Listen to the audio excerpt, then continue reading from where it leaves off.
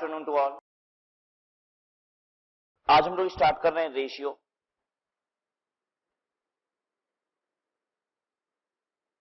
पहले डिफाइन कर देते हैं रेशियो क्या होता है। Ratio is a comparison of two or more quantities. लेकिन कंपैरिजन कैसा?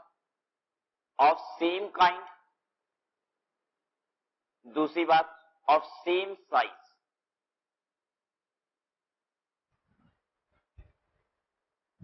जब हम दो क्वांटिटी को कंपेयर करते हैं तो उसे क्या कहा जाता है? रेशियो कहा जाता है। लेकिन ये हमेशा कैसा होना चाहिए? Of the same kind. What does it mean?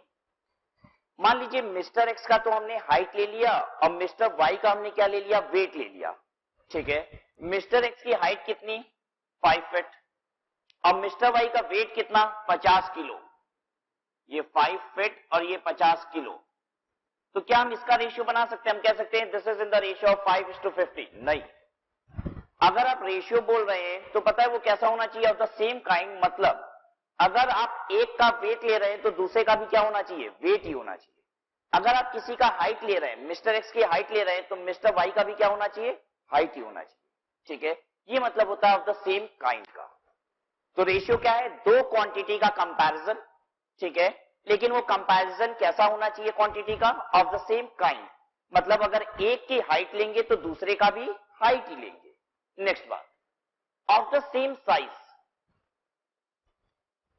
इसका मतलब क्या है? ऑफ द सेम साइज का मतलब क्या होता है कि अगर एक का वेट हम ले रहे हैं इन केजीज तो दूसरे का वेट पाउंड में नहीं लेंगे। हम कभी भी कंपैरिजन ऐसा नहीं बोलेंगे कि ए का वेट कितना? 50 केजी इस टू दूसरे का वेट कितना? 25 पाउंड। ये नहीं हो सकता। रेशियो कैसा होगा? ऑफ द सेम काइंड होगा और ऑफ द सेम साइज होगा। मतलब एक का केजी है तो दूसरे का भी क्या होना चाहिए? केजी ही होना चाहिए। ठीक है, अगर वेट है एक्स का, वेट ऑफ एक्स है, तो दूसरा भी क्या होना चाहिए? वेट ऑफ वाई होना चाहिए। ठीक है, तो ये थी बात काइंड के लिए कि हमको वेट लेना है तो दोनों का वेट। साइज का मतलब क्या है? एक वेट केजी में है तो दूसरा वेट भी कैसा होना चाहिए? केजी में ही होना चाहिए। इतनी बात सबको क्लियर है? आइए, बाकी सारी चीजें नोट्स में आपके दी हुई हैं, इसलिए हम लोग क्या करेंगे? नोट्स को रेफर करते रहेंगे और साथ में चीजों को समझते जाएंगे। A ratio is a comparison of sizes of two or more quantities of the same kind in the same unit by the division. ठीक है, ये unit. If A and B are two quantities of the same kind in the same unit, then the fraction A by B is called ratio of A to B and it is written as A is to B. Ratio को हम कैसे कैसे लिख सकते हैं? ठीक है, ratio can be expressed as, आप लिख सकते हैं ए बाई बी, ऐसे लिख लीजिए, या फिर ए इज टू बी, ऐसे लिख लीजिए, और या फिर कैसे लिख लीजिए आप? A to B. तो रेशियो को लिखने का तीन तरीका, A by B, A is to B और A to B.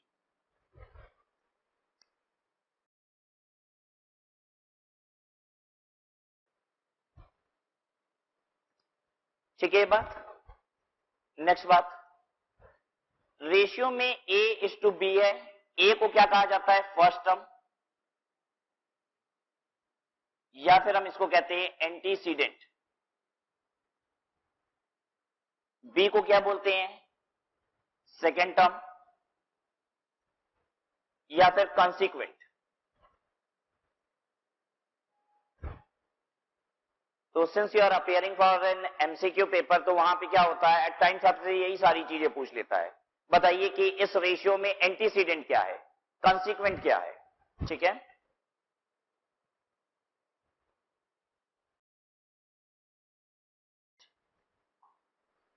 Ratio is always expressed in lowest term. Ratio हमेशा कैसा होना चाहिए? लोएस्ट टर्म में होना चाहिए।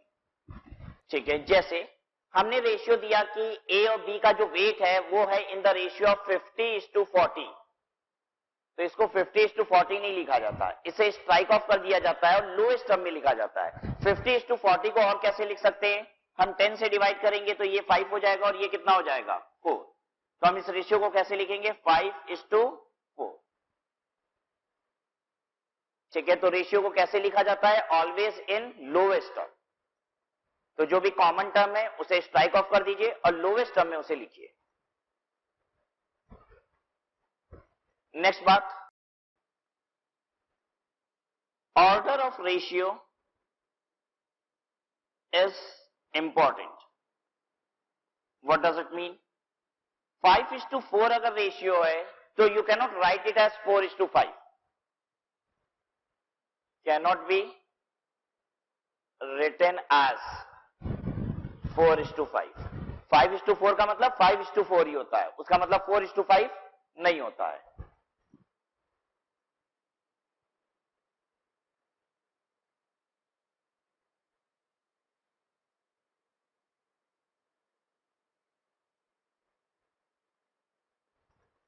तो एक बार रिपीट करते हैं आपके लिए। रेशियो क्या होता है, कंपैरिजन ऑफ 2 और मोर क्वांटिटीज, सेम काइंड के होने चाहिए, मतलब अगर एक का वेट ले रहे हैं तो दूसरे का भी वेट ही होना चाहिए, दोनों क्वांटिटी एक ही जैसी होनी चाहिए। फिर इन सेम यूनिट होना चाहिए, 1 केजी में दूसरा पाउंड में, ये नहीं चलेगा।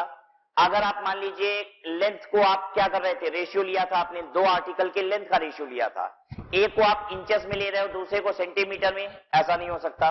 ठीक है, रेशियो को एक्सप्रेस कैसे किया जाता है, ये 3 तरीका है। रेशियो के पहले टर्म को फर्स्ट टर्म कहते हैं या फिर एंटीसीडेंट कहते हैं, और दूसरे टर्म को सेकंड टर्म या फिर कॉन्सिक्वेंट। रेशियो हमेशा लोएस्ट टर्म में आपको लिखना पड़ेगा, जो भी कॉमन टर्म है वो स्ट्राइक ऑफ कर देना होगा।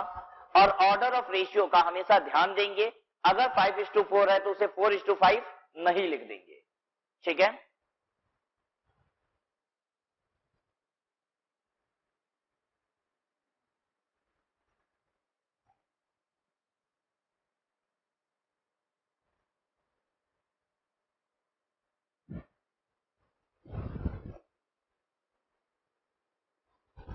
आगे देखिए, अब कुछ और रेशियोज की बात हम करते हैं आपसे।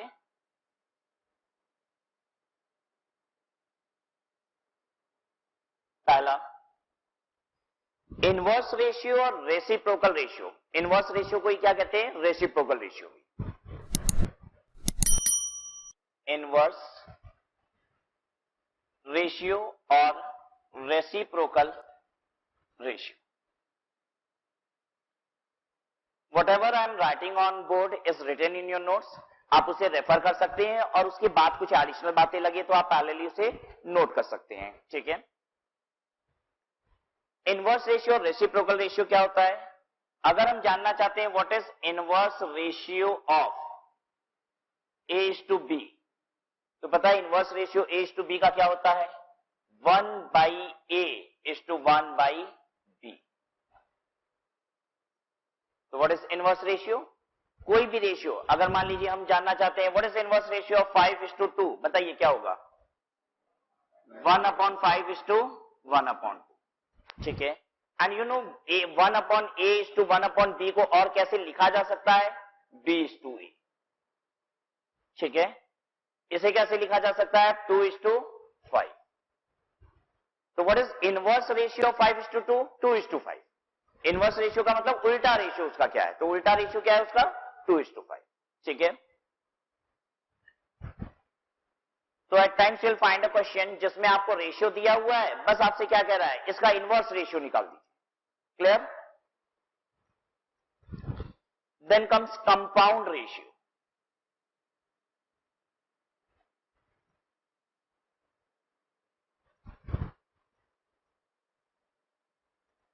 कंपाउंड रेशियो कैसे बनता है, compound ratio of A:B and C:D। Compound का मतलब होता है कंपोजिट, मिला के रेशियो क्या होगा। ठीक है, अगर आपके पास 2 रेशियो प्रोवाइडेड है, A:B और दूसरा क्या है, C:D, तो अब इसका कंपाउंड रेशियो क्या कहलाएगा, A में C को मल्टीप्लाई कर दीजिए और B में D को, रेशियो कहलाएगा AC is to BD।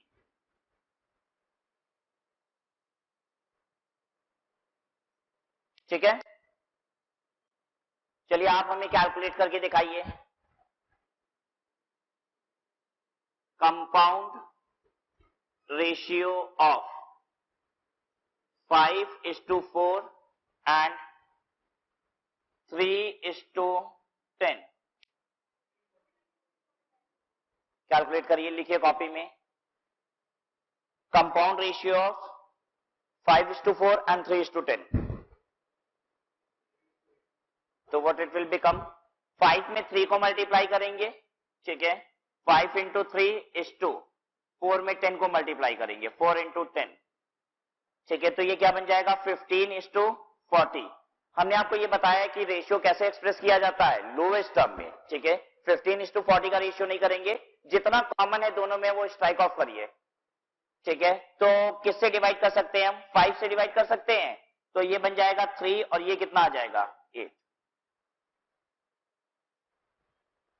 ठीक है। तो what is the compound ratio of 5:4 and 3:10, this is 3:8।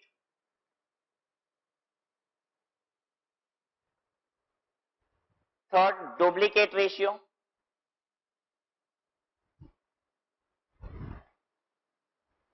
Duplicate ratio क्या होता है, A:B का अगर हमें डुप्लीकेट रेशियो बनाना हो तो वो होगा A²:B²।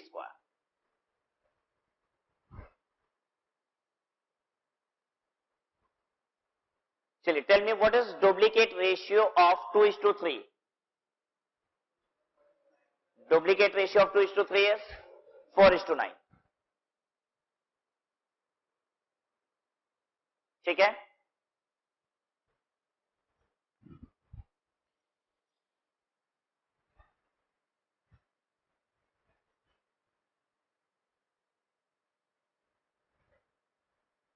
नेक्स्ट, सब duplicate ratio.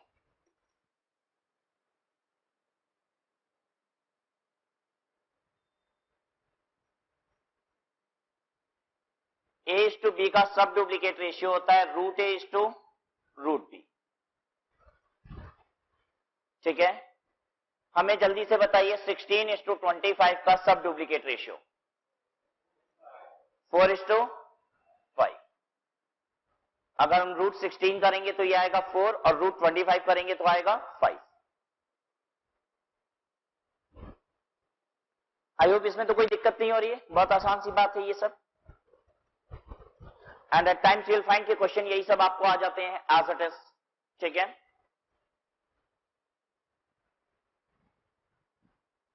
Triplicate ratio. Triplicate ratio A:B का अगर हमको ट्रिप्लीकेट रेशियो निकालना हो तो कैसे निकलेगा, A⁴:B⁴, ठीक है। बताइए 2:3 का ट्रिप्लीकेट रेशियो, 2 का क्यूब 8 एंड 3 का क्यूब 27,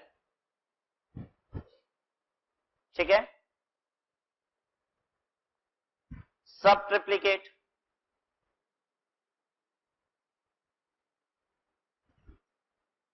A:B का अगर सब ट्रिप्लीकेट रेशियो निकालना हो तो ये होता है ⁴A:3B, ये होता है सब ट्रिप्लीकेट।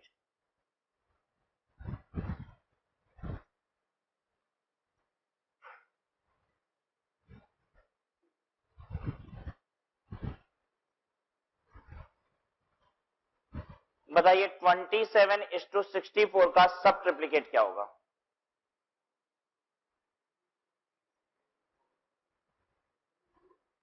क्या होगा। अगर हम ⁴27 करेंगे तो कितना आएगा 3, 3 इंटू 3 इंटू 3 क्या होता है 27, तो 3 आ जाएगा।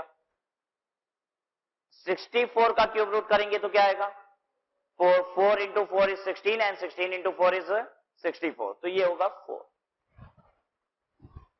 ठीक है।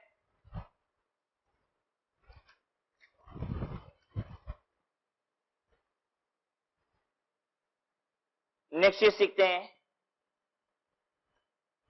कमेंसरेबल रेशियो और दूसरा टर्म है इनकमेंसरेबल रेशियो।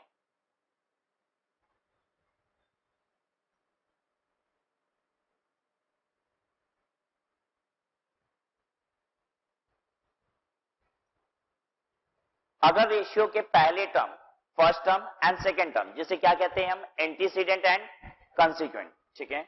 तो अगर पहला टर्म और दूसरा टर्म दोनों ही रेशियो का पता है कैसा है, विदाउट डेसिमल, तो इसे कहते हैं कमेंसरेबल रेशियो। जैसे 2:3, ये क्या है, कमेंसरेबल रेशियो। इनकमेंसरेबल रेशियो किसे कहते हैं, जिसमें कोई भी फर्स्ट या सेकेंड टर्म कोई भी कैसा है, विद पॉइंट्स है, ठीक है। जैसे अगर हमने कह दिया √2:3, तो ये वाला कैसा आ जाएगा, विद डेसिमल्स, ठीक है। √2 कितना होता है, 1.41, ठीक है। तो ये क्या, कौन सा रेशियो बन गया, इनकमेंसरेबल, ठीक है। कोई भी डेसिमल या फिर दोनों डेसिमल, तो ऐसे केस में वो रेशियो क्या है, इनकमेंसरेबल, ठीक है। ये रेशियो कैसा है, कमेंसरेबल रेशियो। अब हम आपको दे रहे हैं, आप बताइए कमेंसरेबल या इनकमेंसरेबल, ठीक है। 5:4, हाँ, कमेंसरेबल, ठीक है। अच्छा, √5:4, इनकमेंसरेबल, ठीक है। 5:4, इनकमेंसरेबल, गलत कर दिया जिसने ऐसा बोला। पता है ये क्या है, 5:4 का मतलब होता है 5:2, कौन सा रेशियो है, कमेंसरेबल। अब देखिए एग्जाम में यही गलती कराता है आपसे। अगर ऐसा देता है तो प्राइमा फेसी तो आपने क्या देख रखा था, कोई भी रूट वाला आ रहा है खटाक से, आप क्या बोल रहे थे, इनकमेंसरेबल। तो you will have to be alert, ये कैसा रेशियो था, कमेंसरेबल, बिकॉज दिस इज 5:2, ठीक है।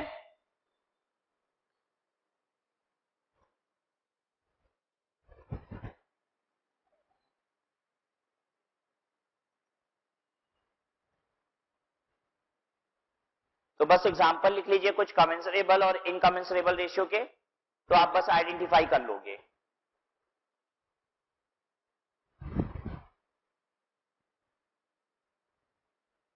रेशियो ऑफ इक्वालिटी,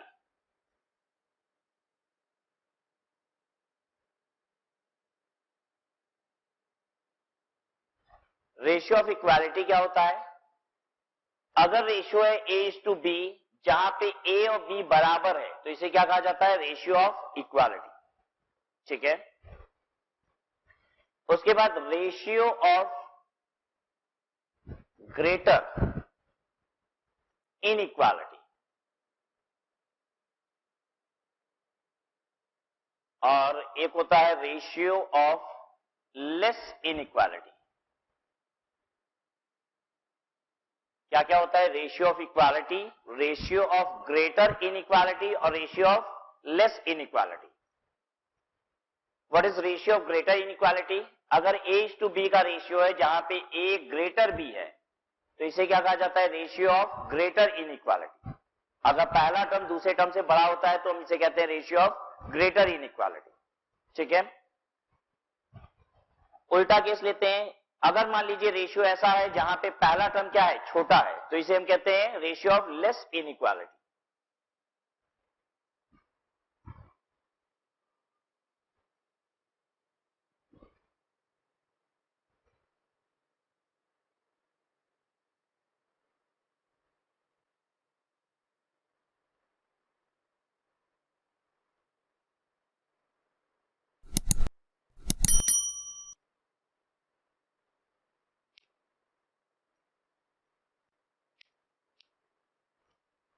ठीक है, चलिए देखिए कितना आपको याद है। A:B का हमें बताइए सब डुप्लीकेट रेशियो, A:B का सब डुप्लीकेट रेशियो क्या होता है, √A:√B, ठीक है। अब हमें बताइए compound ratio of, compound ratio of 3:2, 2:5 and 4:7। You have to calculate compound ratio of 3:2, 2:5 and 4:7. तो आपको करना क्या होता है कंपाउंड रेशियो में, फर्स्ट टर्म को मल्टीप्लाई कर देना है और सेकेंड टर्म को अलग मल्टीप्लाई कर देना है. The ratio will become 3 into 2 into 4 is to 2 into 5 is to into 7. देखिए 3, 2 और 4 एक साथ ले लिया और ये 2, 5 और 7 एक साथ ले लिया. ठीक है, इसे सॉल्व कर लेंगे, ये बन जाएगा कंपाउंड रेशियो. कितना आ रही है 624 और ये कितना है 1070. कम हो सकता है ये, कहां तक जाएगा 12:35.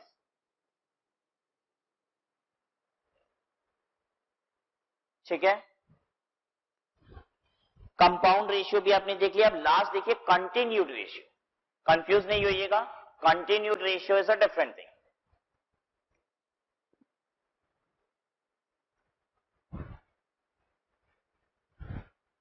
अगर रेशियो दो से अधिक क्वांटिटी, रेशियो किसे कहते हैं, अगर कंपैरिजन होती है दो या दो से अधिक क्वांटिटी में तो इसे क्या कहा जाता है रेशियो. लेकिन अगर रेशियो कैसा हो दो से अधिक क्वांटिटी वाला तो उसे कहते हैं कंटिन्यूड रेशियो. जैसे हम 3 लोगों के वेट की कंपैरिजन कर रहे हैं, हमने कहा वेट 3 लोगों का कैसा है 50:40:45. ठीक है, 3 लोगों का वेट ए बी सी के वेट का रेशियो क्या है 50:40:45. ठीक है, तो पता है इसे क्या बोला जाएगा कंटिन्यूड रेशियो. पता है अब इसको प्रेजेंट कैसे करेंगे 10:8:9. ठीक है बात. तो कंटिन्यूड रेशियो क्या होता है जब दो से अधिक क्वांटिटी आ जाए तो इसे क्या बोलेंगे कंटिन्यूड रेशियो. ठीक है, मान लीजिए 4 लोगों के वेट की कंपैरिजन हो रही है तो हो सकता है हमने बोला वेट कैसा है इनका वेट है 11:14:7:9. What is this continued ratio. ठीक है, अगर ये सिर्फ इतना होता है 11:14 तो इसे क्या बोलते हैं हम रेशियो. ठीक है, दो या दो से अधिक की क्वांटिटी हो तो वो रेशियो है, ये भी एक रेशियो है, लेकिन ये रेशियो कौन सा है कंटिन्यूड रेशियो. क्लियर बात सबको.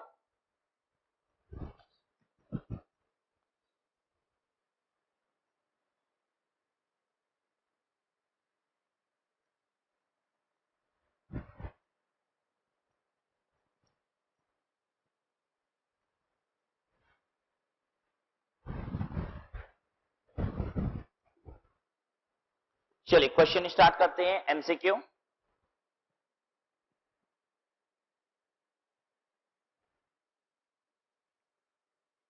क्वेश्चन 1 है फाइंड डुप्लीकेट रेशियो ऑफ 3:5. पहला क्वेश्चन कर रहे हैं डुप्लीकेट रेशियो ऑफ 3:5 क्या होगा.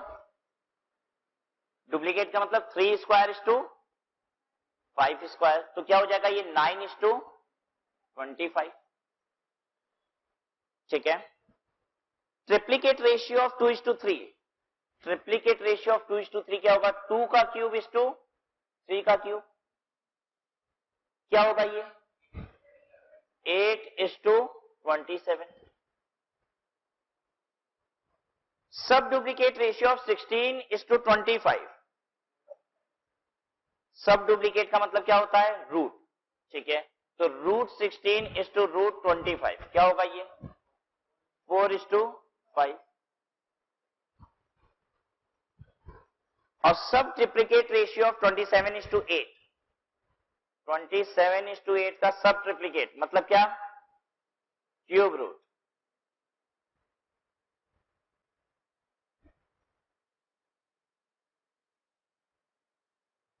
ये कितना हो जाएगा 3:2.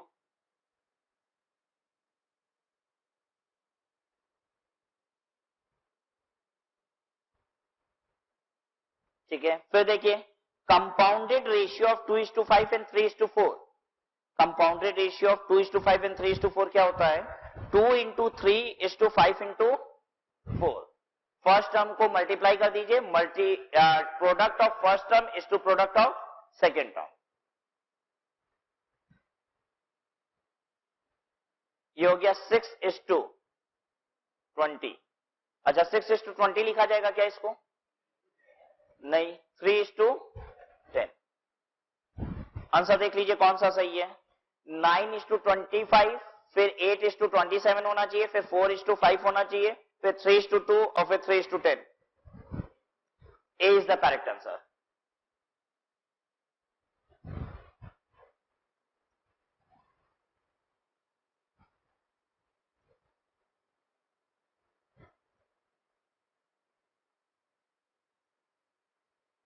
ठीक है,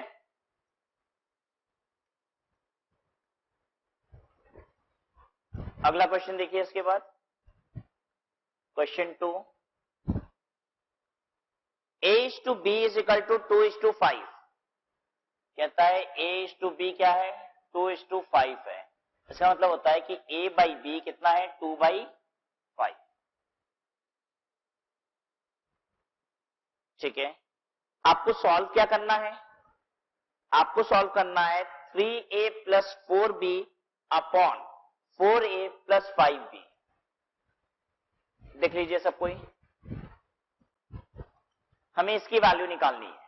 ठीक है, तो करना कैसे है, अब इसको पता है, a की जगह पे आप 2 रख दीजिए और b की जगह पे क्या रख दीजिए, 5, और सॉल्व करिए।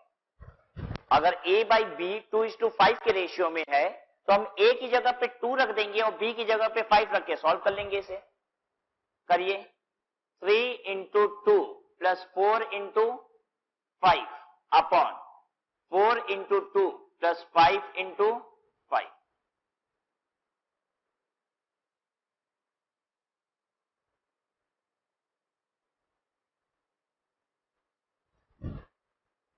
बताइए ये कितना आ रहा है न्यूमरेटर इसका, 26 अपॉन 35, छोटा होगा 33।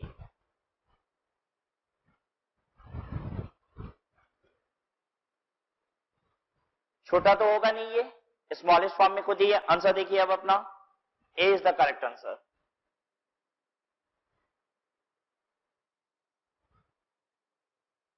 अब जल्दी से हमें 3 करके दिखाइए, क्वेश्चन नंबर 3 करिए।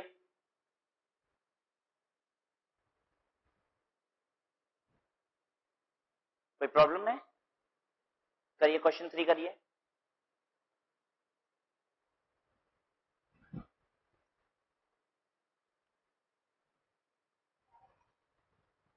हम्म, 11:16 आ रहा है।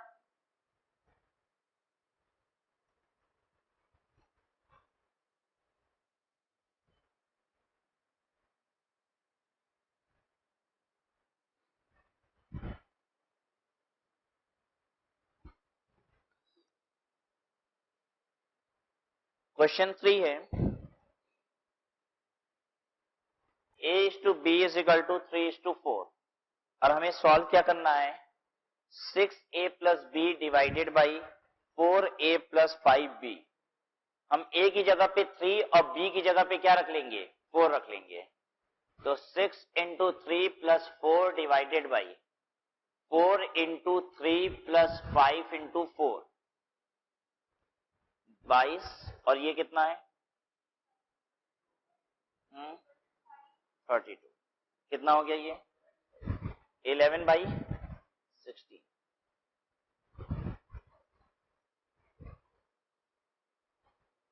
ठीक है,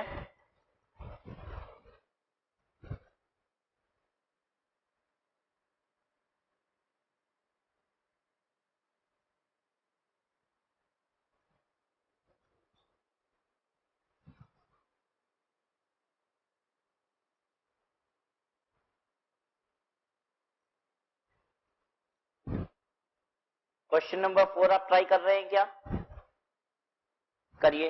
x is to y is to z है 2 3 4, तो पता है आप क्या कीजिएगा, x की जगह पे 2 रखिए, y की जगह पे 3 और z की जगह पे 4 रख के सॉल्व कर लीजिए इसे।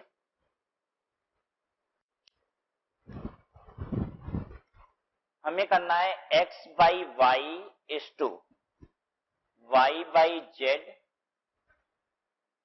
is to z by x। देखिए, x की जगह पे 2 और y की जगह पे 3 and 4 is to, यहां z की जगह पे 4 और x की जगह पे 2।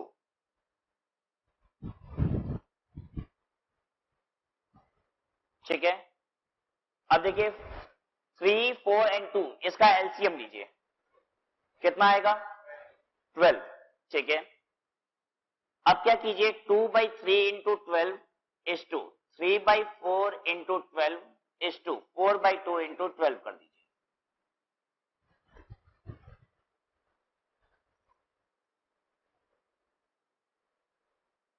एलसीएम क्या होता है? एक ऐसा टर्म जिसका ये तीनों ही क्या है? मल्टीपल है। इन तीनों के मल्टीपल में 12 आएगा, ठीक है। ऐसा एक लोएस्ट टर्म हमने ले लिया। अगर आप रेशियो को मल्टीप्लाई करोगे, कोई भी रेशियो है, मान लीजिए ये है 5:4, अगर हम इसके बोथ द साइड्स मल्टीप्लाई कर दें 5, तो क्या इससे रेशियो बदल जाता है? मान लीजिए हम 5 इंटू 5 भी कर दिए और इधर 4 इंटू 5 भी कर दिए, तो क्या रेशियो बदल जाएगा? नहीं। आप रेशियो के बोथ द साइड्स अगर कुछ भी मल्टीप्लाई कर देते हैं तो इससे रेशियो पे फर्क नहीं आता, क्योंकि रेशियो को हमेशा किस में एक्सप्रेस किया जाता है? लोएस्ट टर्म में। तो वापस से आप 6 काट दोगे तो ये रेशियो क्या बन जाएगा?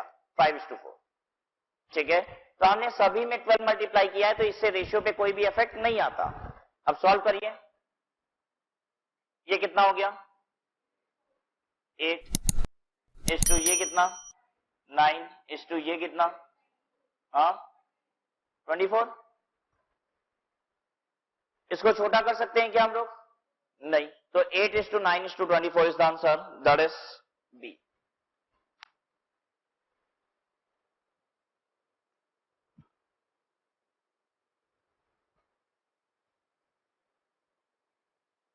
क्वेश्चन नंबर 5 करिए और आंसर जो आ रहा है बताइए।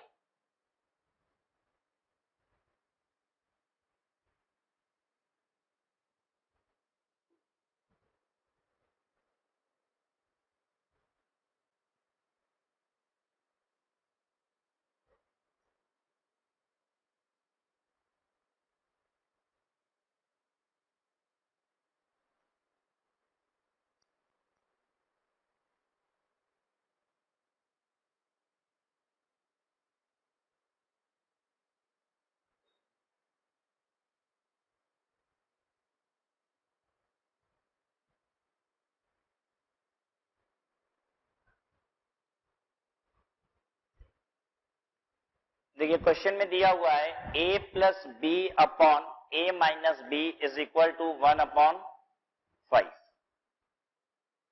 ठीक है। तो what you can do is you can keep a plus b is equal to 1 और a माइनस बी को कितना रख सकते हैं आप? 5। जो इक्वेशन आपको सॉल्व करना है, जो रेशियो आपको सॉल्व करना है, a² minus b square is to a² plus b square, वहां पे आप इस तरीके से वैल्यू रख लीजिए, ठीक है। या देखिए क्या पोजीशन है, a प्लस बी अगर 1 है और a माइनस बी अगर 5 है, इन दोनों को जोड़ दीजिए, क्या आएगा? 2a इज इक्वल टू 6 होगा। अगर 2a इज इक्वल टू 6 है मतलब a इज इक्वल टू 3। अब इस 3 की वैल्यू कहीं भी रखिए और b निकाल लीजिए। 3 plus b is equal to 1, यानी b इज इक्वल टू, बोलिए, -2। अब देखिए आपसे सॉल्व हो रहा है कि नहीं। a² minus b square upon a² plus b square, ये सॉल्व करना है। a की जगह पे 3 रखिए और b की जगह पे -2। 3 स्क्वायर माइनस -2 का square upon 3 square plus 2 square.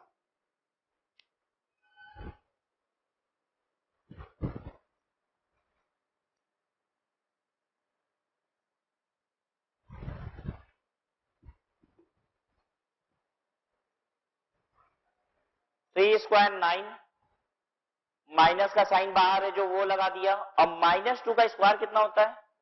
4 upon 9 plus 4, 5 upon 30। The ratio is 5:30। Answer is C. हाँ देखिए, सिंप्लीफाइज, अगर हम सिंप्लीफाइड तरीके से करना चाहते हैं तो सबसे आसान तरीका यही होता है, जो भी रेशियो दिया हुआ है आप उसकी वैल्यू को पुटअप कीजिए और इमीडिएट सॉल्व कर लीजिए, ठीक है। आप कोई भी और टेक्निक लगाइएगा, इस इक्वेशन को सॉल्व करिएगा, a² माइनस बी स्क्वायर को फर्दर, ठीक है, तो पता है यहां पे वो बढ़ेगा ही, ये जो प्रोसेस है वो लेंदी होगा, छोटा नहीं होगा। ठीक है, आ गया सबका? चलिए लेट मी चेक, अब कितने बच्चे हमें क्वेश्चन नंबर 6 का आंसर दे पा रहे हैं। क्वेश्चन नंबर 6 सॉल्व कीजिए और आंसर बताइए।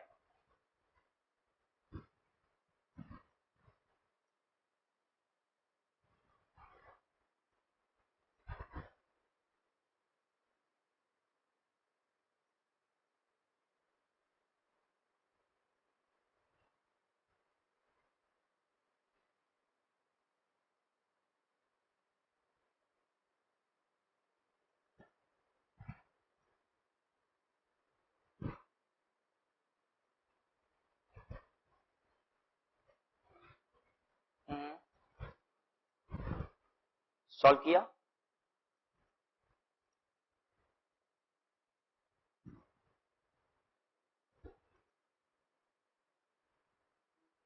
टू इज टू वन, अच्छा 2:1। और कोई?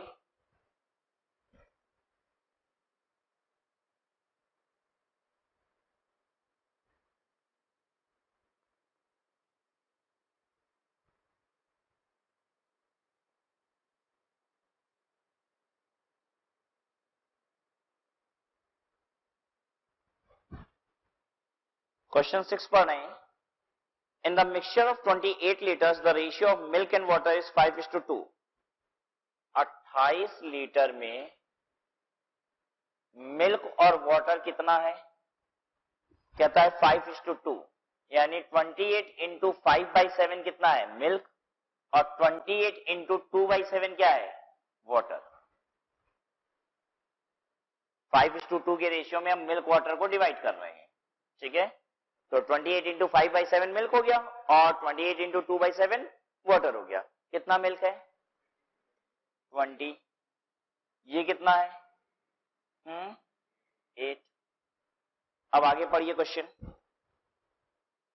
If 2 litres of water is added to the mixture, अगर हम इसमें वाटर 2 लीटर और जोड़ दें, ठीक है, तो find the ratio of milk and water in the new mixture.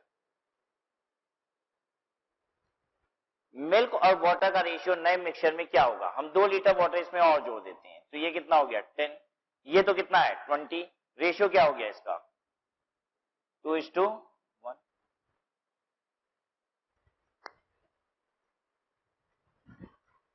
ठीक है,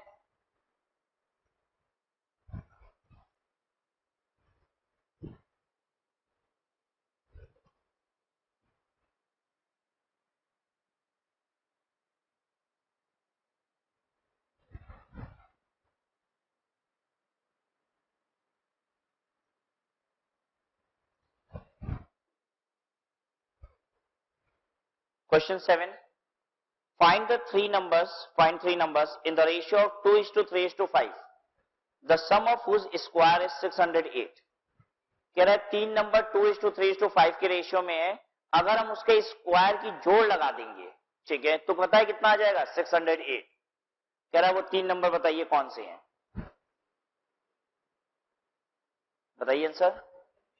ए, और कोई आंसर किसी का? कैसे सॉल्व कर रहे हैं इसे? देखिए क्वेश्चन कहता है 3 नंबर 2:3:5 के रेशियो में होना चाहिए, तो पहले तो आंसर में देख लीजिए क्या सभी 2:3:5 के रेशियो में है भी कि नहीं, क्योंकि जो 2:3:5 के रेशियो में नहीं है वो आंसर हो ही नहीं सकता। तो चलिए नीचे देखिए, क्या ए 2:3:5 के रेशियो में है? हाँ, यस, ए जो है वो 2:3:5 के रेशियो में। बी भी है? नहीं। 8 20 60 ये 2:3:5 का रेशियो नहीं है। अच्छा 12 8 22 ये भी नहीं है, यानी कि आंसर बी और सी तो हो ही नहीं सकता। क्या हो सकता है अब? ए और डी। ठीक है, नन ऑफ दीज भी तो हो सकता है। ठीक है, अब हम चेक करते हैं क्या ए में जो दिया हुआ है उसका स्क्वायर 608 हो रहा है? ऐड करिए, 8 का स्क्वायर प्लस 12 का स्क्वायर प्लस 20 का स्क्वायर। 8 का स्क्वायर 64, 12 का स्क्वायर 144, 20 का स्क्वायर 400। जोड़िए, आ रहा है 608, ये हो गया 608, यानी ए इज द करेक्ट आंसर।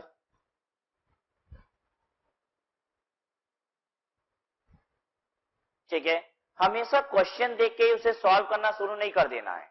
ठीक है, हम कभी कभी आंसर को भी देखेंगे। ठीक है, तो क्वेश्चन भी देखिए, पैरेलली आंसर भी देखिए। कभी कभी ऐसा होता है कि आपको तुरंत इमीडिएट आंसर मिल जाएगा विदाउट इवन सॉल्विंग। ठीक है,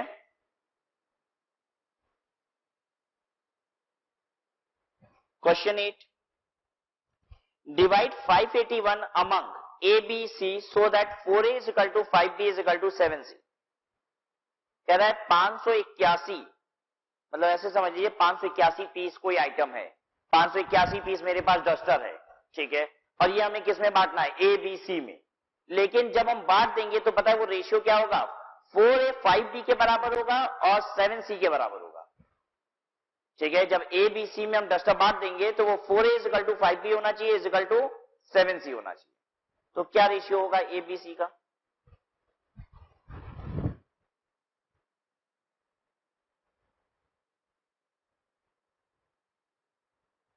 तो क्वेश्चन में कह रहा है ये जो 581 है वो 581 रुपए है, 581 रुपी है, and you have to distribute it among A B and सी।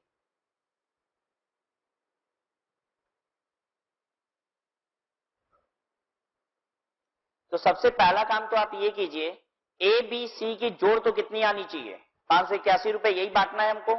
ठीक है, तो जब देखिए सारे ऑप्शन में क्या ए बी सी मतलब तीनों को जोड़ दिया जाए तो 581 आ रहा है, सिर्फ ए में आ रहा है। ठीक है, सिर्फ ए में ही 581 आ रहा है, यानी चांसेस या तो ए के हैं या तो नन के हैं, बी और सी के है ही नहीं। तो चेक कर लेते हैं 8 का ए ऑप्शन को। 245 में 4 मल्टीप्लाई करें, ठीक है, 196 में 5 मल्टीप्लाई करें और 140 में 7 मल्टीप्लाई करें तो ये तीनों बराबर आना चाहिए। चेक करिए, यही ना कह रहा था 4A is equal to 5B is equal to 7C। तो अगर ए बी सी ये है तो उसमें 4 5 7 मल्टीप्लाई करें तो बराबर हो जाए। चेक करो, हो रहा है बराबर, हाँ 980, ये वाला भी 980, ये वाला भी 980, और इन तीनों की जोड़ भी कितनी आ रही है, ये कितना है 581। यही चाहिए था हमें, 581 रुपीस को डिस्ट्रीब्यूट करना था 3 लोगों में, और इस कदर डिस्ट्रीब्यूट करना था ताकि 4A is equal to 5B is equal to 7C हो जाए।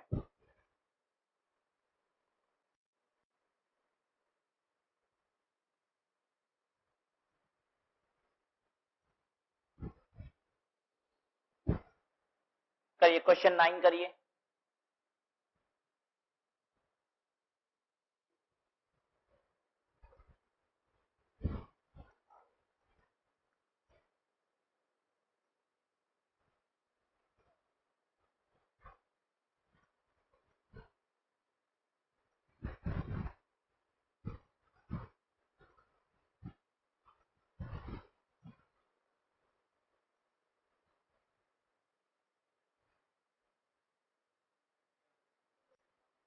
ए आ रहा है,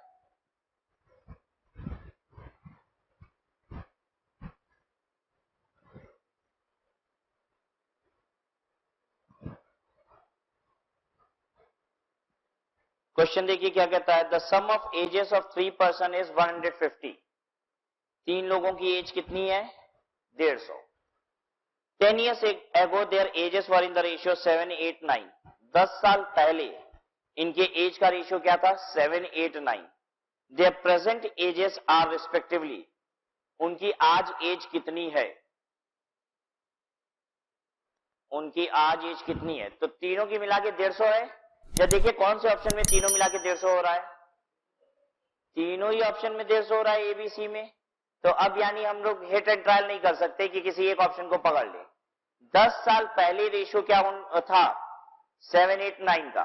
तो आप चाहो तो तीनों में ट्राई कर लो, ये भी एक ऑप्शन है कि अगर ए दिया हुआ है तो हम यहाँ पे हिट एंड ट्रायल कर रहे हैं क्योंकि सारे ही आंसर सही हो सकते हैं। तीनों की जोड़ कितनी आ रही है, 150। तो कहता है पहला ऑप्शन 45:50:55 है, 45, 50 और 55, ठीक है। एक बात बताइए, 10 साल पहले इनकी एज कितनी होगी? 35, 40 और 45। या देखिए ये क्या 7, 8, 9 का रेशियो हो गया? यस हो गया, सही है ये आंसर।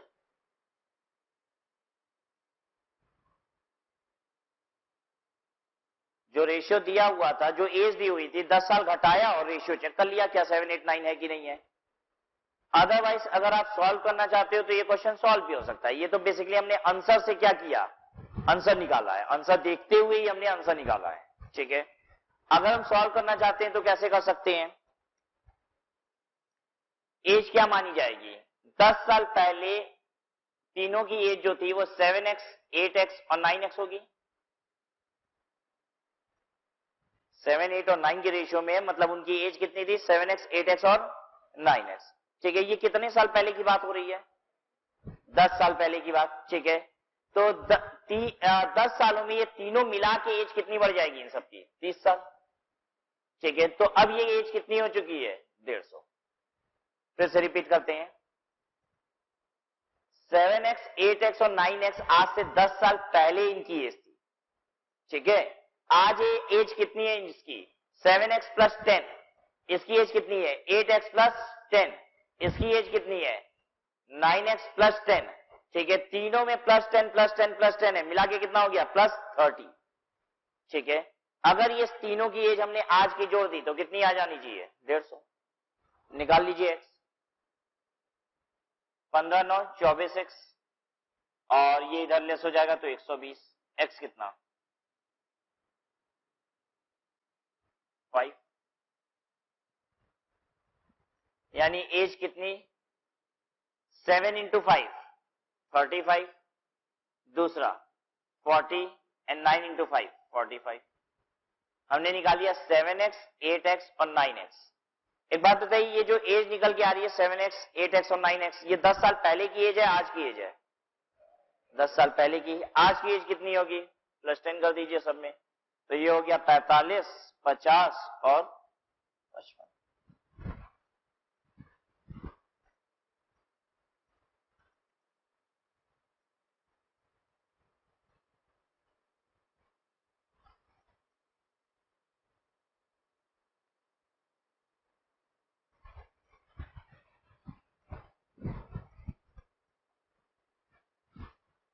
तो कोई जरूरी नहीं है कि आप क्वेश्चन को सॉल्व करिए। अगर आपको लगता है कि हम आंसर देख के ये बता देंगे कि इसमें से करेक्ट आंसर क्या है, तो आप वैसे भी कर सकते हैं, ठीक है।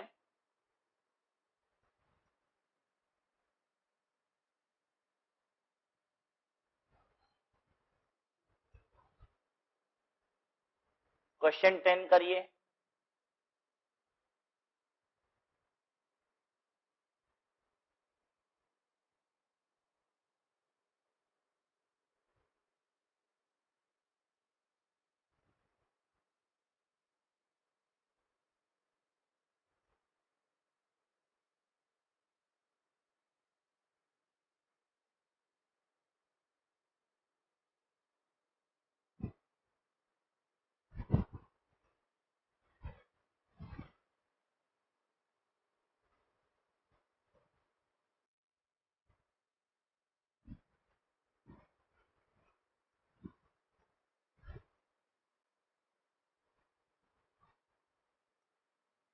Ninety four has been divided into 2 parts,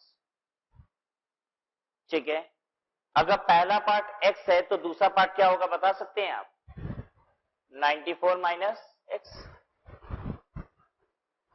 94 के दो टुकड़े करने हैं, तो एक अगर x है तो दूसरा क्या होगा? 94 माइनस x, ठीक है।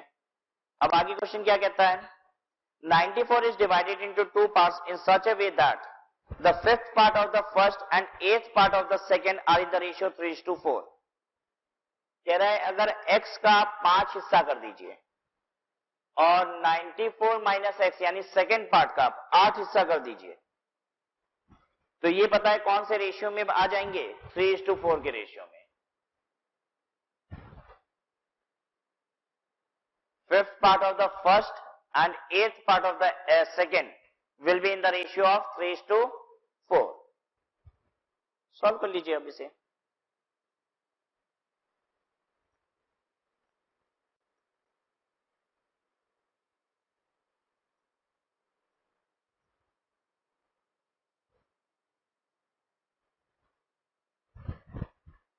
कैसे होगा ये 8 को यहां ले जाइए और ये 5 को यहां लाइए। 8x इज टू 5 ब्रैकेट में 94 minus x is equal to 3:4।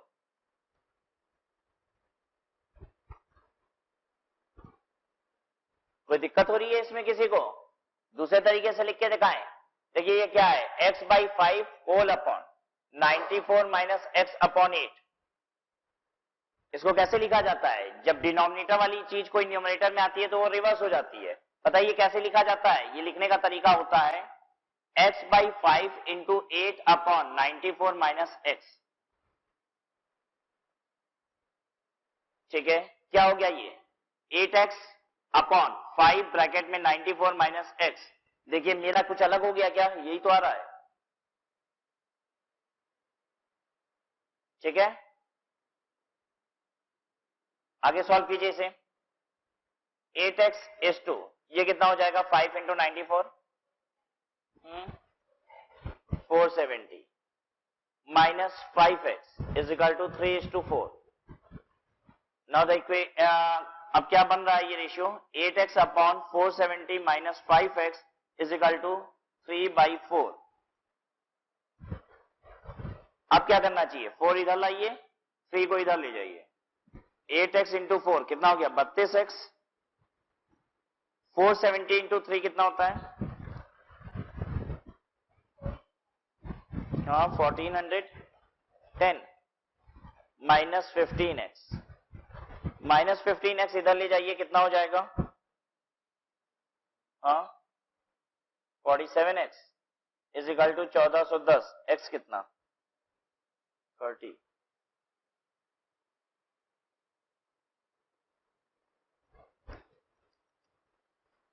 Question आपसे पूछा था पहला पार्ट बताइए, तो पहला पार्ट तो 30 है। ठीक है, अगर पूछ देता दूसरा पार्ट बताइए तो दूसरा कितना होगा? 94 में से 30 लेस कर दीजिए, कितना हुआ? 64।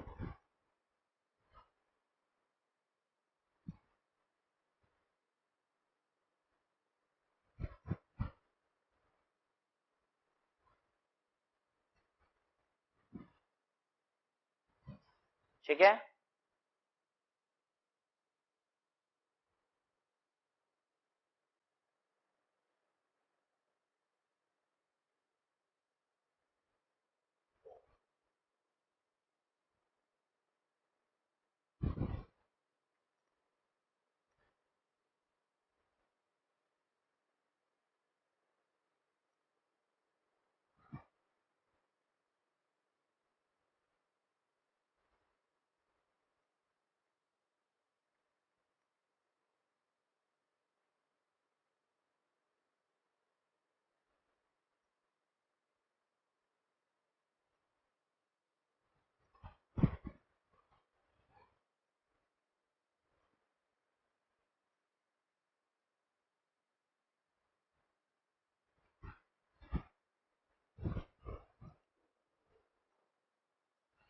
क्वेश्चन नंबर 11 करिए।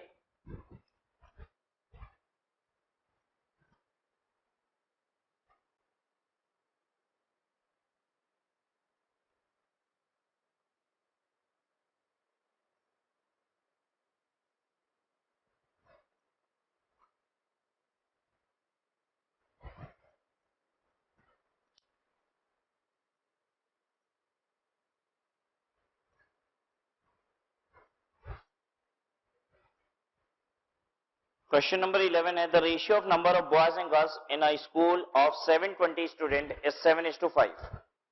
720 बच्चों में बॉयज और गर्ल्स का रेशियो क्या है? 7:5 का। तो पहले तो डिवाइड करो 7:5 में। 420 और इधर 300। कैसे निकलता है? अगर आपको 7:5 के रेशियो में डिवाइड करना है तो you'll have to do 720 into 7/12। ठीक है, और यहां कितना करना पड़ेगा 720 इंटू 5/12। अब उसके बाद क्या कह रहा है, how many more girls should be admitted to make the ratio of 1:1। कह रहा है कितनी गर्ल्स का एडमिशन और ले ले ताकि रेशियो 1:1 का हो जाए। 1:1 का रेशियो करने के लिए क्या करना पड़ेगा पता है, गर्ल्स भी कितनी चाहिए 420, कितनी गर्ल्स का एडमिशन ले 120, ये ठीक है। तो will have to admit 120 more girls.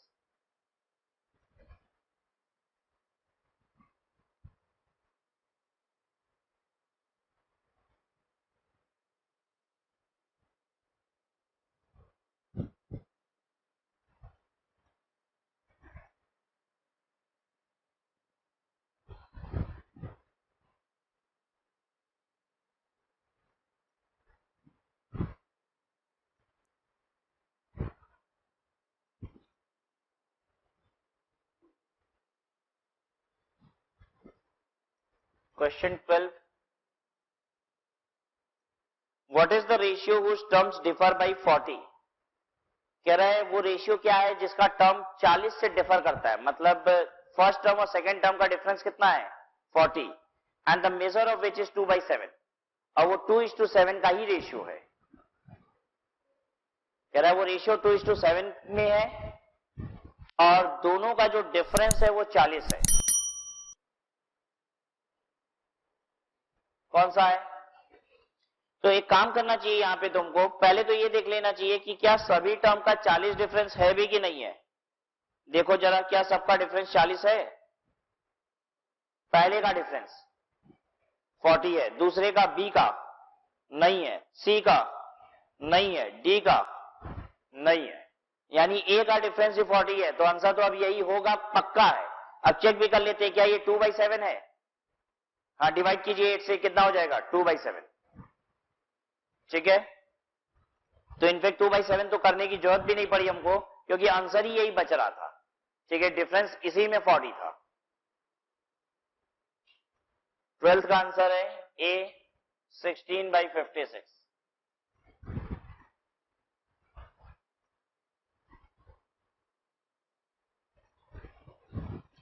तो आप देख रहे हो, पहले हम क्या कर रहे हैं, क्वेश्चन की कोई एक लाइन पकड़ रहे हैं, उसको आंसर में अप्लाई करके देख रहे हैं।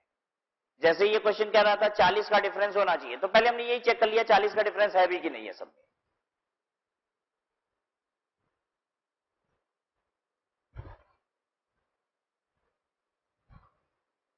Question 13, two ratios are in the ratio of 3:5. If 9 is subtracted from each, then they are in the ratio of 12:23. The second number is, अब देखिए यहां पे आपको सॉल्व करना पड़ जाएगा, ठीक है। कह रहा है कि दो नंबर है 3:5 के रेशियो में, 9 दोनों से सब्सट्रैक्ट करो तो उनका रेशियो बन जाता है 12:23। तो यहां पे आंसर देख के कुछ नहीं होगा, यहां पे आपको सॉल्व करना पड़ेगा।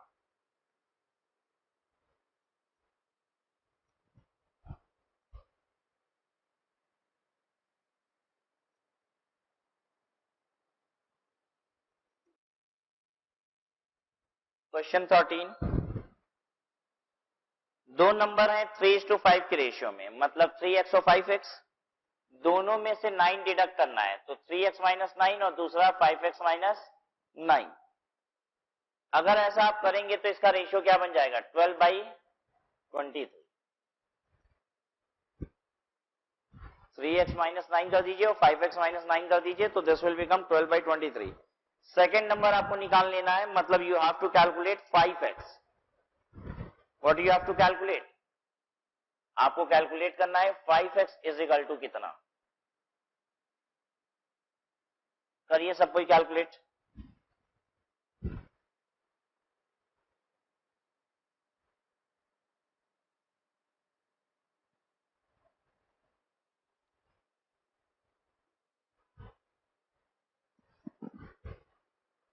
चेक करते हैं इसको, देखिए 23 इधर ले जाइए, तो 23 इंटू 3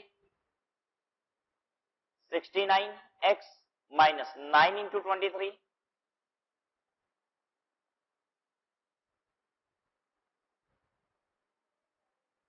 487। हाँ, 207, 12 into 5 60x, 12 into 9 108. अब 69x minus 60x is equal to 207 minus 108. 9x is equal to 99. X is equal to 11. What we have to calculate is 5x, the second term. 5x is 5 into 11, that is 55. First term कितना होगा? First term कितना होगा? 33. 3x है first term. हमें बस second term निकालना है. 55 is the correct answer, that is D part.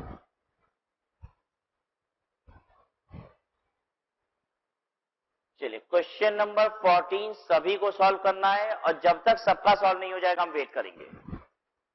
ठीक है, करिए.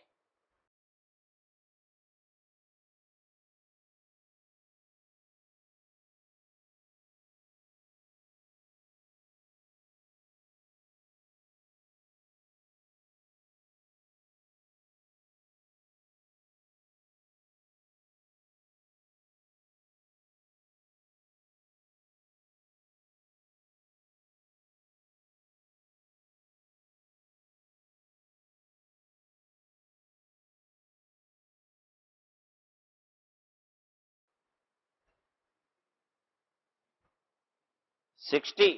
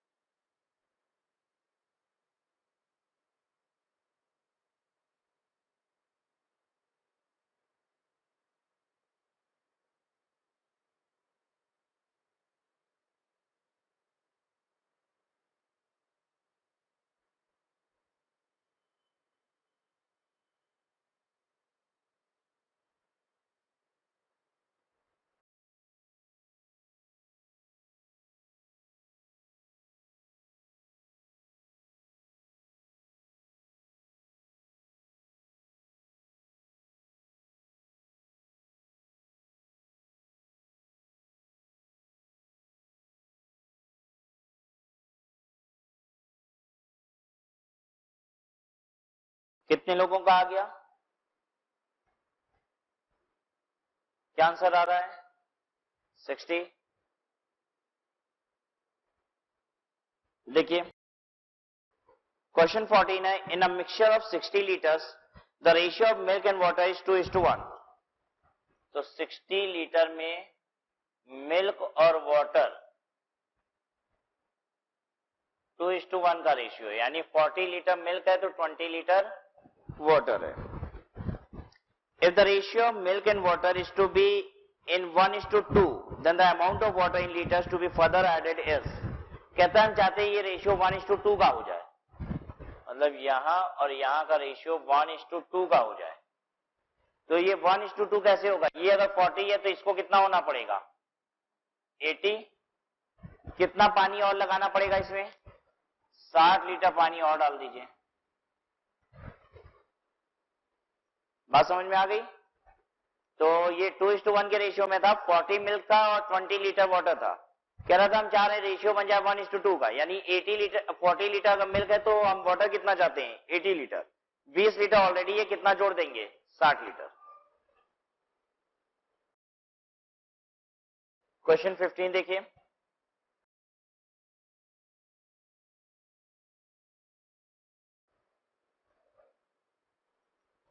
क्वेश्चन 15 है. 20 litre of a mixture contain milk and water in the ratio of 5:3. If 4 liter of this mixture are replaced by 4 liter of milk. कह रहा है 4 litre mixture हटा लिए. उस मिक्सचर में तो मिल्क और वाटर दोनों था. कह रहा है 4 लीटर मिक्सचर 20 लीटर में से निकाल दिए और 4 लीटर मिल्क डाल दिए उसमें. ठीक है, मतलब मिला हुआ दूध पानी जो था वो 4 लीटर निकाले और 4 लीटर दूध डाल दिए उसमें. The ratio of milk to water in the new mixture will become. अब मिल्क और वाटर का रेशियो क्या है? 7:3. ओके.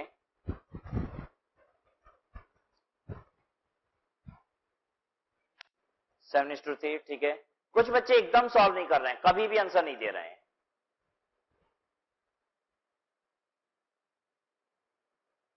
और जो नहीं दे रहे उनको तो मालूम नहीं है कि कौन नहीं दे रहा है, उनसे आंसर चाहिए इस बार।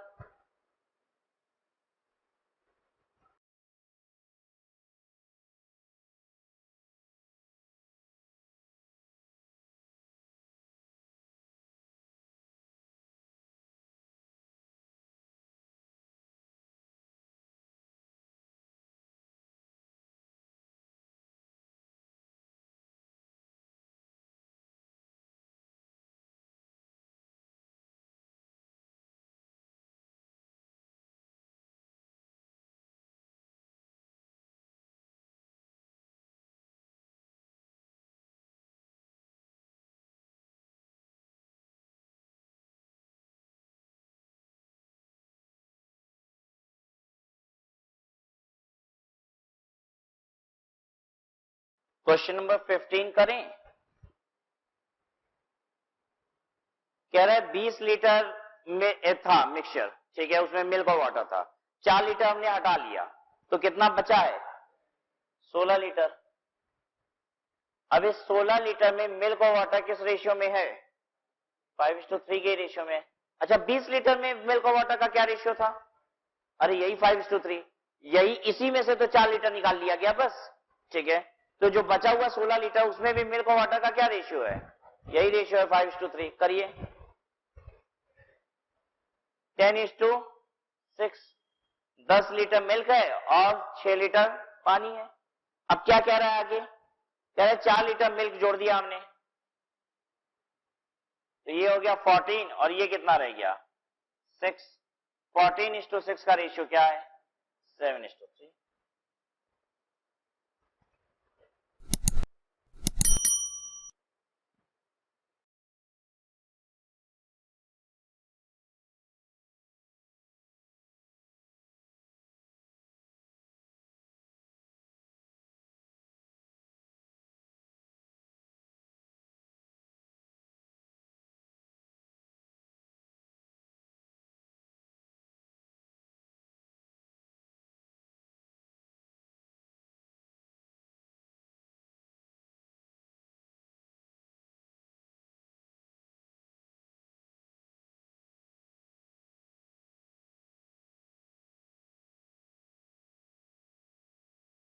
Question number 16।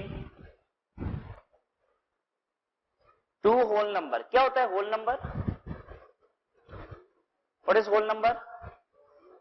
0, 1, 2, 3, 4, 5, 6, ये क्या है? होल नंबर, ठीक है। इसमें डेसिमल पॉइंट्स नहीं होने चाहिए, ठीक है। कहता है 2 होल नंबर हैं whose sum is 64 cannot be in the ratio। 2 whole number का रेशियो है, मतलब x:y का रेशियो है, ये कहना चाह रहा है, ठीक है। और x प्लस y कितना होना चाहिए? 64, ठीक है। Cannot be in the ratio.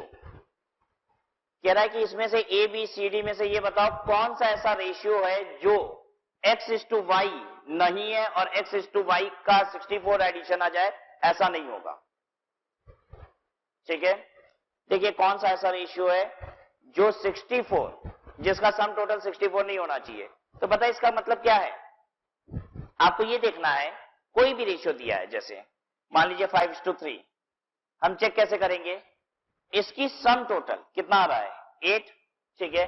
अब देखिए क्या ये 64 का मल्टीपल है? वेदर 8 इज मल्टीपल ऑफ 64, ठीक है, that you need to check, ठीक है। क्या 64 8 के मल्टीपल में आता है? हाँ आता है, ठीक है। तो पता है इसका मतलब क्या है? इसका सम टोटल 64 बन सकता है। कैसे बनेगा? 5:3 का मतलब और क्या हो सकता है? 8 5 40 और 8 3 24, ठीक है। अब देखिए 5:3 के रेशियो का मतलब क्या 40:24 होता है? बिल्कुल होता है। 40 और 24 की जोड़ कितनी होती है? 64, ठीक है। तो ये तो जो 5:3 है ये क्या बन गया? ये सही है, ये इस रेशियो में हो सकता है, ठीक है। 7:1 कैसे चेक करेंगे? 7 + 1 कितना होता है? 8। क्या ये जो 64 जो है क्या वो मल्टीपल है 8 का? यस है। 3:4 यानी कि 7, क्या 7 मल्टीपल है 64 का? नहीं। तो कोई भी रेशियो अगर वो 3:4 वाली रेशियो में है तो उसके दोनों सम की जोड़ कभी भी 64 नहीं हो सकती। ठीक है, फिर देखिए 9:7, 9 और 7 कितना होता है? 16। क्या 64 16 का मल्टीपल है? हाँ, 64 16 का मल्टीपल है। 16 इंटू 4 64 होता है। ठीक है, तो अगर आपने चेक करना हो तो फिर चेक कर लो। 9:7 है, 4 से मल्टीप्लाई करो 36, 7 को मल्टीप्लाई करो 4 से 28। जब 36 और 28 की जोड़ लगाओ, 36 प्लस 28 64। देखिए इन दोनों का जोड़ 64 आ रहा है। ठीक है, और क्या ये इस रेशियो में बन जाएंगे? 9:7 यानी वो रेशियो है जिसका मल्टीपल 64 होता है दोनों जोड़ का। ठीक है, तो आपसे कह रहा था इसमें से कौन सा ऐसा रेशियो है जो ऐसा नहीं हो सकता कि जब हम उसकी जोड़ लगाए x और y की तो वो 64 बनेगा? तो वो सिर्फ कौन सा है? 3:4।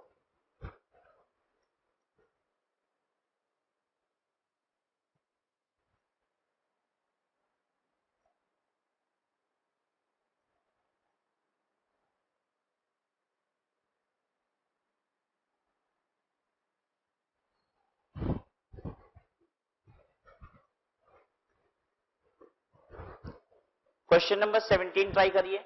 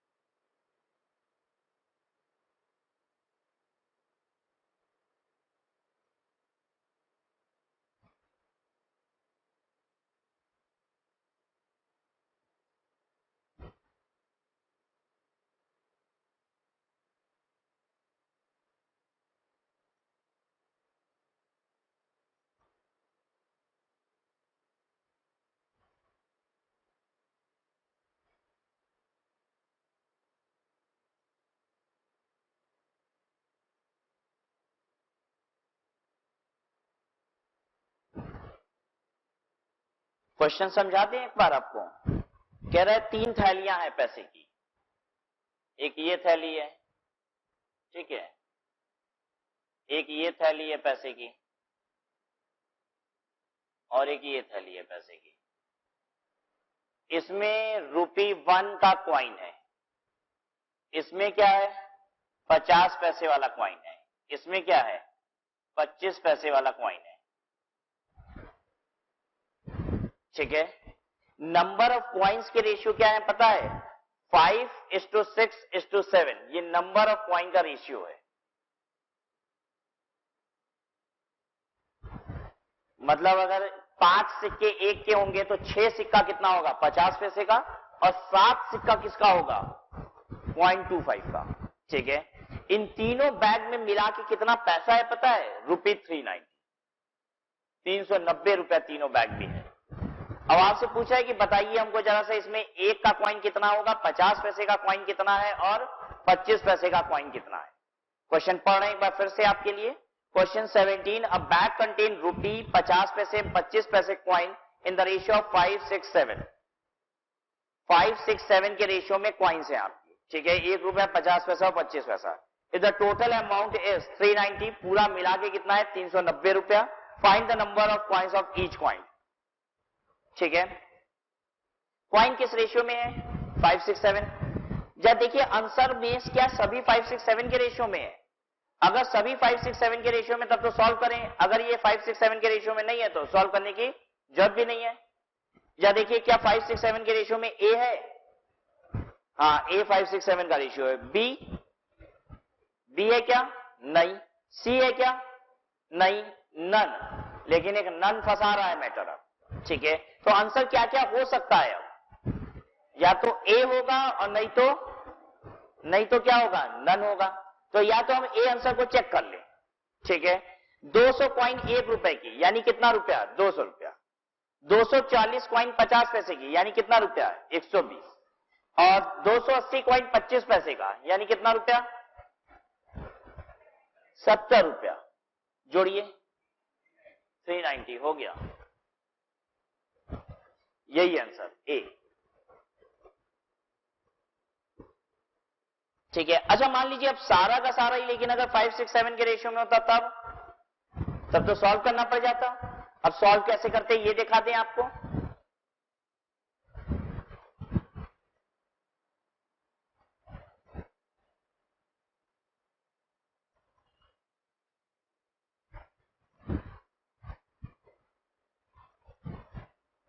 Ratio of number of coin आपको दिया हुआ है। क्या रेशियो है? 5:6:7। ठीक है। लेकिन जो 390 रुपए है वो वैल्यू ऑफ क्वाइन की जोड़ है। तीनों के क्वाइन की जब वैल्यू जोड़ेंगे तो कितना आएगा? 390 रुपया। ठीक है। तो हमें चाहिए ratio of number of coin, नहीं ratio of value of coin, ताकि हम 390 रुपए को डिवाइड कर सकें।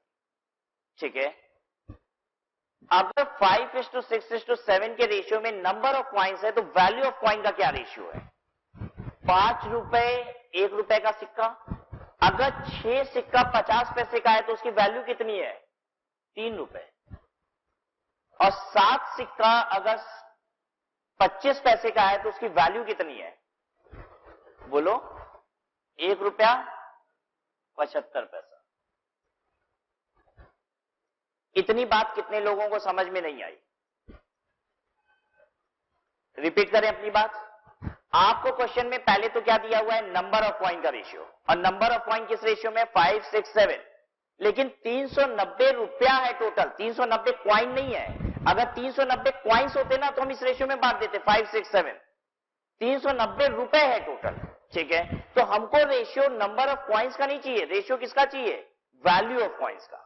ठीक है। तो पता है रेशियो वैल्यू ऑफ क्वाइंस क्या है?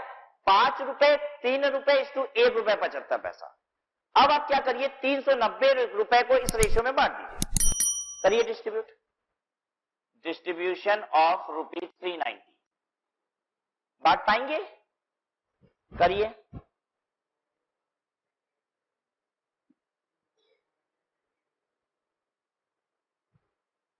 डिस्ट्रीब्यूशन कैसे करेंगे? देखिए हम 390 इंटू 5 डिवाइडेड बाई 538 और ये 1.75 कितना हो गया? 9.75। जब दूसरा वाला निकालना होगा तो पता है कैसे निकलेगा? 390 इंटू कितना? 3/9.75। तीसरा वाला निकालना होगा तो हम कैसे निकालेंगे? 390 इंटू 1.75 डिवाइडेड बाई 9.75। एक ही क्वेश्चन को सॉल्व करने के कई सारे तरीके हो सकते हैं। ठीक है। आप जैसे चाहे जैसे कैलकुलेट कर सकते हो। आपको हमेशा कोशिश करते हैं जो सबसे आसान तरीका हो उससे सॉल्व करा दे। ठीक है। डिस्ट्रीब्यूट कर लीजिए इस रेशियो में।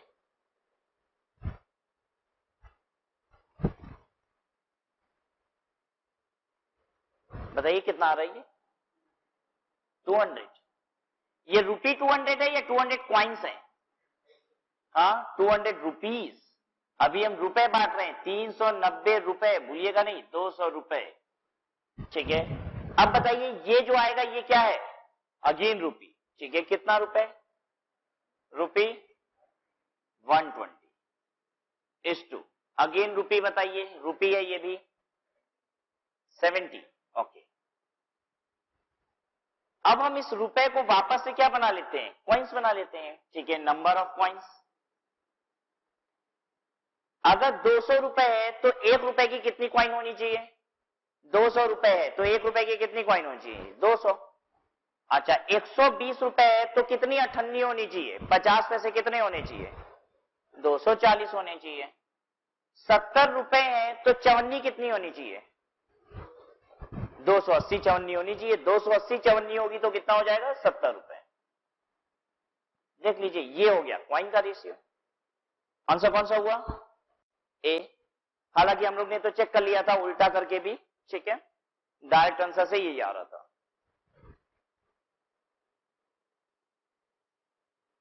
क्लियर है सबको यहां तक? ठीक है, तो will stop here and remaining question will do in the next session. ठीक है.